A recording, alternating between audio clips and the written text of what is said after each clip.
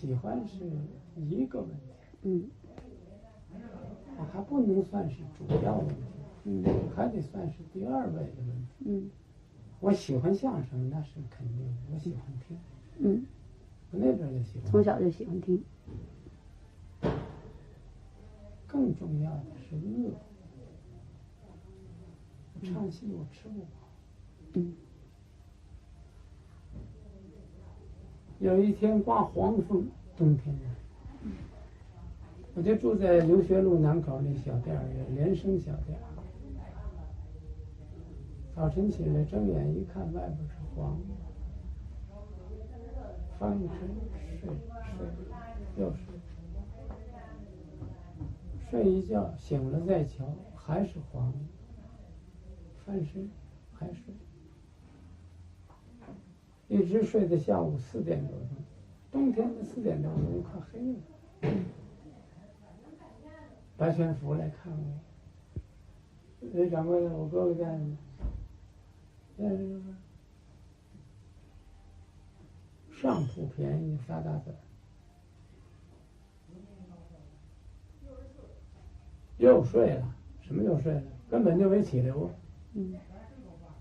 怎么不起呀？那掌柜的回答那个台词真妙。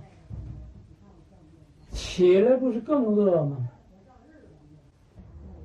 当时来讲啊，在天桥这些艺人，这些流产艺人来讲，挣钱最多的是说书的，因为他人少，他一个弹弦的，一个说的，就这种西河大鼓啊，他说大书的，他们2个人一天能挣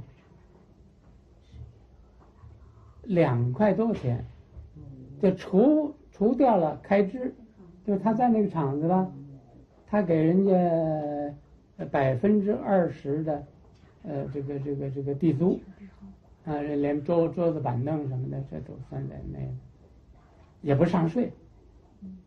这个艺人从来没上过税，那么他能剩2块多钱。像我们呢，连1毛钱也分不了。相声场子呢人多，他得5、6个人，他挣钱呢，几乎也跟说书的差不多，略比说书的挣的少一点。他得6、7个人分，5、6个人分。那么一人能分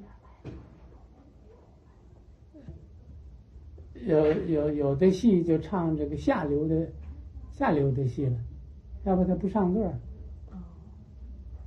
啊，唱下流的戏他上座的多一点。那我们一看这不是一个办法，人嘛活着总得有个人的味道，不能随着这个下去。相声里边本来是很脏的语言，在摆地摊的时候，那都是不管哪段相声都有脏话。我们上了舞台以后呢，就把这个脏话的重的、严重的都慢慢去掉，还剩下一些骂人的话。我就总觉得这不好。哎，我改了以后呢，我的观众他接受了，他支持我了，而且喜欢我了，在天津落这么个名声，就是听侯宝林的相声闻名。他一说这个，有的人他说醉酒啊，他不敢说，这侯宝林的节目他不敢说，一个是他说了，他不知道哪儿轻哪儿重。你比如说到底上这句话，我爬上去，你关店门，我掉下来。这一点的话是最鬼说的话，但是字非常清楚，得让观众每一个都听到，不能像前边呢，人说我玩舌了都不是这了，人舌了都短了，这你这舌头也不长了，啊。这个时候你要把它搁到这个最末结尾的时候，你这样说，那么观众就没听清。相声不是一听就会，就能行了，你得让内行服气了，为内行佩服了，这才能行呢。你有本子都不行。你拿本子来，有一个人说一段这个地理图，我没听，我说他这地理图不行，我说他不是跟师傅学的，他是瞧着本子念的，哦，因为他不会断句儿。哦，就说相声它本身也有一种特殊的断句。标点符号在我们相声演员的嘴里是不够用的，我们有很多很多的。这是超出了标点符号。活字典。我本来我在我中年的时候，我50岁以前，我想过这个事情，我创造一些标点符号，把相声给人写得更明白一些。现在有很多人都是跟陆师傅学的，录音机。你那说我就录，我录下来我就听完了我就说去，那不叫表演艺术，那叫背词儿。所以它的效果，你无论是社会效果还是舞台效果，都不够理想，所以这样不行。你看醉酒那个段子才多短呢，但是醉酒那个段子的想象的那么丰富。到现在还没有能有一个新的相声能够超过醉酒这样的这个构思。你像改行，这我们不能讲是你怎么发现的问题，怎么修改的，修改了什么，为什么这样修改，那再一谈还得半小时。对，是吧？你是3磅鼓那么一个粗俗的一个小玩意儿，让你听100遍你也不烦的，啊，好相声百听不厌，不好的相声只能听1遍。对的。我老爱说实话，净得罪人。我一生都对不起我的听众和观众。因为他们是我的衣食父母，我一生都是他们养育的，我报恩都来不及的。我们当时给主席演的节目啊，演了100多段吧，连新的带旧的，就是外边已经不演了的节目，还在里边演，就是毛主席没听过的节目。我们尽量的能够把它穿起来，哪怕是临时排，也要把它排得圆圆满满。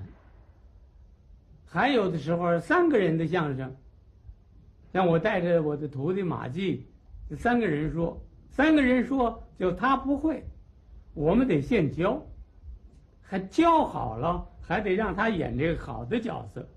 我们2个老的演员呢，在前边给他扶着他演，这样，所以连新带旧有100多段。现在要让我提这个目，我现在都提不清楚了。反正我心里是这样印象的：解放以后，听相声听得最多的是毛主席。后来那么主席搬到城里来，住在中南海，我们每周都进去工作。毛主席有一个小舞厅，就在中南海这个勤政殿附近吧。我们每周都要去。我们表演完了以后换了服装，就在里边那儿坐着，一本正经。要不然呢，我们就在后边凑人呢打扑克牌、打百分。